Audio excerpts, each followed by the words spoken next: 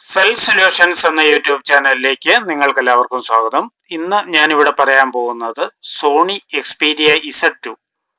ഇതിന്റെ model number D6503.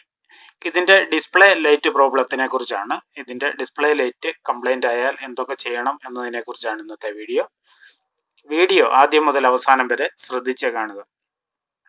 ഇതിനകത്ത് display light manage ചെയ്യുന്നത് മെയിനായിട്ട് പവർ ഐ സി ആണ്. പവർ ഐ സിയുടെ ഡാമേജ് കൊണ്ട് ഡിസ്പ്ലേ ലൈറ്റ് വരാം. പിന്നെ ഇതിന്റെ കണക്ഷൻസ് പ്രധാനമായിട്ട് കയറുന്നത് ഈ കപ്പാസിറ്റർ, ഈ വലിയ കപ്പാസിറ്റർ, ഈ ഡയോഡ്, പിന്നെ നിങ്ങൾക്ക് കാണാൻ സാധിക്കും ഇവിടെ ഒരു ബ്ലാക്ക് റെസിസ്റ്റർ ഇരിപ്പുണ്ട്. ഇതിന്റെ മുകളിൽ 3 കമ്പോണന്റ് ചേർത്ത് ഈ 2 കപ്പാസിറ്ററിന്റെ ഇടയ്ക്ക് ഇരിപ്പുണ്ട്. അതായത് ഇതിൽ ഏറ്റവും ചുവട്ടിൽ ഒരു ബ്ലാക്ക് റെസിസ്റ്റൻസ്, പിന്നെ ഒരു കപ്പാസിറ്റർ, മുകളിൽ ഒരു റെസിസ്റ്റൻസ്, ഈ 3 കമ്പോണന്റിലേക്കും കയറുന്നുണ്ട്. പിന്നെ ഇവിടെ ഒരു ഡയോഡ് വരുന്നുണ്ട്. അപ്പൊ ഇത്രയും സാധനങ്ങളാണ് ലൈറ്റിന്റെ സെക്ഷനിൽ വരുന്നത്. ഇതിൽ ഏറ്റവും കൂടുതൽ കംപ്ലൈന്റ് ആകുന്നത് ഈ കപ്പാസിറ്റർ ഷോർട്ട് ആകുന്നതാണ്.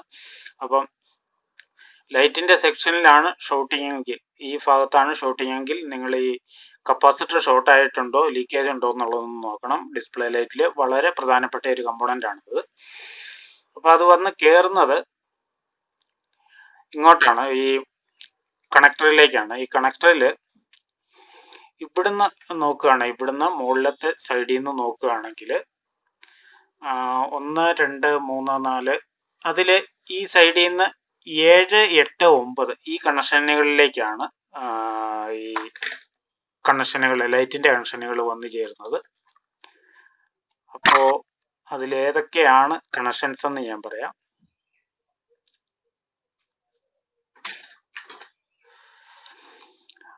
അതില് ഈ ഏഴാമത്തെ കണക്ഷൻ നിങ്ങൾക്ക് അറിയാം. ഇവിടെ ഒരു 4 സ്പെയർ ഇരിപ്പുണ്ട്. അതായത് മുകളിൽ 2 ബ്ലാക്ക് റെസിസ്റ്റൻസ് ഇരിപ്പുണ്ട്, താഴെ ചെറിയ 2 കപ്പാസിറ്റർ ഇരിപ്പുണ്ട്. അതിൽ ഏഴാമത്തെ കണക്ഷൻ കയറുന്നത് ഈ ആദ്യം ഇരിക്കുന്ന റെസിസ്റ്ററിലേക്കാണ്. അതായത് ഈ സൈഡിൽ നിന്ന് ആദ്യം ഇരിക്കുന്ന റെസിസ്റ്റർ, ഈ ഭാഗത്തിരിക്കുന്ന റെസിസ്റ്റർ ആണ്. അതിൽ ഈ കാണുന്ന റെസിസ്റ്ററിന്റെ ഈ സൈഡിലേക്ക് കൊടുത്താൽ മതിയാകും ഏഴാമത്തെ കണക്ഷൻ. എട്ടാമത്തെ കണക്ഷൻ നിങ്ങൾ ഈ റെസിസ്റ്ററിന്റെ തൊട്ടടുത്തിരിക്കുന്ന റെസിസ്റ്ററിന്റെ ഈ സൈഡിലേക്ക് കൊടുത്താൽ മതിയാകും. പിന്നെ 9ാമത്തെ കണക്ഷൻ ആണ്. 9ാമത്തെ കണക്ഷൻ കയറുന്നത് ഇപ്പുറത്തെ സൈഡിൽ ഞാൻ പറഞ്ഞില്ലേ ഒരു റെസിസ്റ്റർ,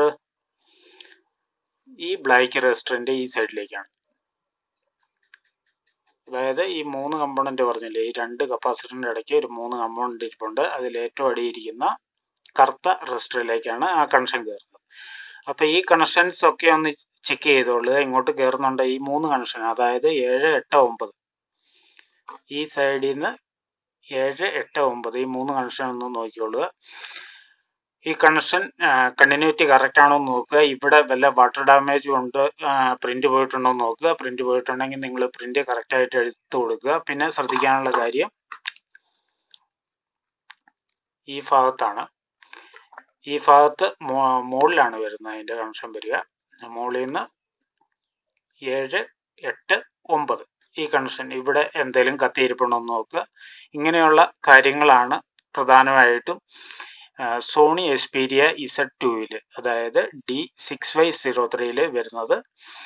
അപ്പൊ ഇത്രയൊക്കെ ഉള്ളൂ ഇന്നത്തെ വീഡിയോ ഇഷ്ടപ്പെട്ടാൽ ലൈക്ക് ചെയ്യുക. ഇതിനെപ്പറ്റി എന്നതേലും ഡൗട്ട് ഉള്ളവരെ കമന്റ് ആയിട്ട് ചോദിക്കുക. അപ്പോൾ ഒരു പുത്തൻ കിടിലൻ വീഡിയോയായിട്ട് വീണ്ടും കാണാം. എല്ലാവർക്കും നന്ദി, നമസ്കാരം, ഗുഡ് ബൈ.